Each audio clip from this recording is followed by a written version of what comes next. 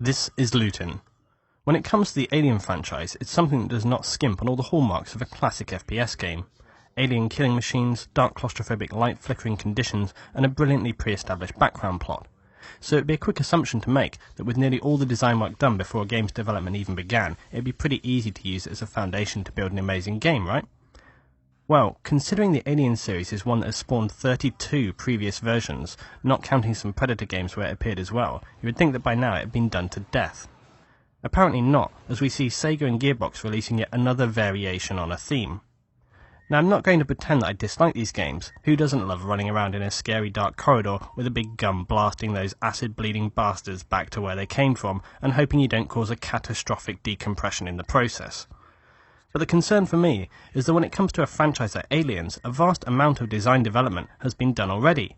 And so it really should be a case of writing a killer script, brilliant game dynamic, and then bam, instant hit. Especially considering the game was first announced to be in development in 2006. Well, time's going to tell on that one. But something that we've learned so far do glean on a really well thought out release. The game will begin at the end of Aliens, slotting in and exploring the story between there and Alien 3.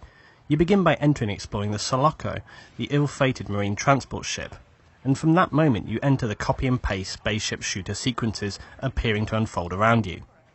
Some of the more interesting aspects of the title, though, are the way in which you interact with your in-game tools, as well as the co-op functionality. Gearbox have decided, and I think very wisely, to not provide you any on-screen HUD, so the only way you know your ammo is from the weapon counters as well as your own intuition, as well as things like your motion tracker and so on. These factors in themselves mean it will be a very tense and pressurised situation, with you having far less control over your setup than in other titles. You can easily imagine being in a frantic alien battle, only to realise you were drawn into the moment and didn't spot your ammo was low. Also, every mission can be played by up to 4 people, and apparently your friends can drop in and out of a mission as they please, meaning it should provide some fun drop in and out gameplay.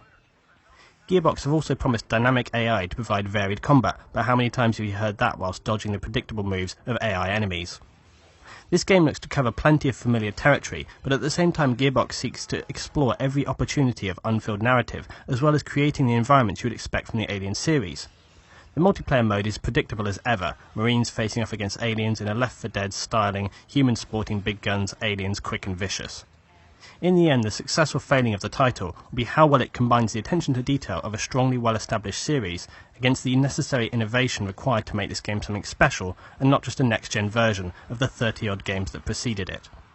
We will no doubt get a better look at the game at E3. Aliens Colonial Marines is currently scheduled for a February 2013 release.